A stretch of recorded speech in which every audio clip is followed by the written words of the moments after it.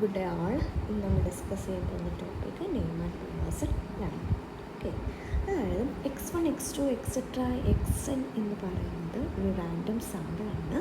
അത് എടുത്തേക്കുന്നത് f(x, θ) എന്നാണ് എന്ത് ചെയ്യുന്നത് എടുത്തേക്കുന്നത്. ഇവിടെ നമ്മൾ ടെസ്റ്റ് ചെയ്യുന്നു, അതായത് എന്ത് ചെയ്യുന്നു, ടെസ്റ്റ് ചെയ്യുന്നു simple null hypothesis against simple alternative H1. അതായത് H0ഉം H1ഉം എന്തായിരിക്കണം, സിമ്പിളായിരിക്കും, സിമ്പിൾ ഹൈപ്പോത്തസിസ് ആയിരിക്കണം. അതായത് H0 such that for example theta is equal to 7 against H1 such that theta is equal to 5. Okay, mu is equal to 7, mu is equal to 5. ഇതൊക്കെയാണ് എന്ത് is equal to ആണ് simple hypothesis ആണ്. Okay, അപ്പം H0ഉം H1ഉം എന്തായിരിക്കണം, simple hypothesis ആയിരിക്കണം. അങ്ങനെയാണെങ്കിൽ നമ്മൾ H0 റിജക്റ്റ് ചെയ്യുന്നത്, അങ്ങനെയാണെങ്കിൽ we reject H0 if L of x1 x2 etc. xn given H0 divided by L of x1 x2 etc. xn given H1 less than or equal to k വരുമ്പോഴാണ് നമ്മൾ H0 എന്ത് ചെയ്യും, reject ചെയ്യും. H0 reject ചെയ്യുന്നപ്പോഴാണ് ഈ condition satisfy ചെയ്യുമ്പോൾ നമ്മൾ എന്ത് ചെയ്യും, H0 റിജക്റ്റ് ചെയ്യും. ഓക്കെ, അല്ല L of x1 x2 etc. xn given H0 divided by L of x1 x2 etc. xn given H1 greater than or equal to k ആണെങ്കിൽ H0 എന്ത് ചെയ്യും, അക്സെപ്റ്റ് ചെയ്യും. H0 അക്സെപ്റ്റ് ചെയ്യും. അതുപോലെ തന്നെ നമ്മൾ k എന്ന് പറയുന്ന വാല്യൂ കണ്ടുപിടിക്കുന്നത് probability of x1 x2 etc. xn given belongs to C given H0 is equal to alpha.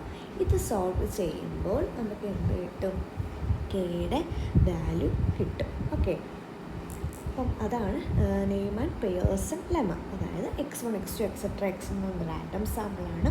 അതിൻ്റെ PDF എന്ന് പറയുന്നത് f(x, θ) ആണ്. നമ്മളിവിടെ ടെസ്റ്റ് ചെയ്യുന്നത് എന്താണ്, simple hypothesis against simple alternative ആണ്. അങ്ങനെയാണെങ്കിൽ നമ്മൾ നൾ ഹൈപ്പോത്തസിസ് റിജക്റ്റ് ചെയ്യുന്നത് C കൊടുക്കാം. C is equal to L of x1 x2 etc. xn given H0 divided by L of x1 x2 etc. xn given H1 less than or equal to k എന്ന് വരുമ്പോൾ നമ്മൾ H0 എന്ത് ചെയ്യുന്നു, reject ചെയ്യുന്നു. പിന്നെ കെയുടെ value കണ്ടുപിടിക്കുന്നത് probability of x1 x2 etc. xn belongs to C given H0 is equal to alpha.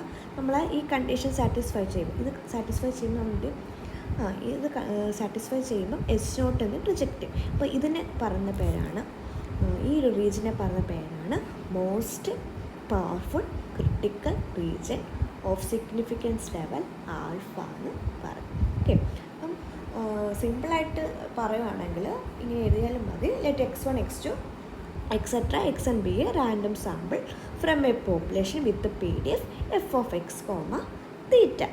Then we test the simple null hypothesis H0 against the simple alternative H1. Then we reject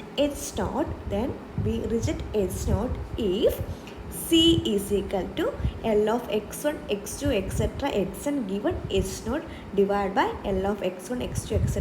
xn given H1 less than or equal to k.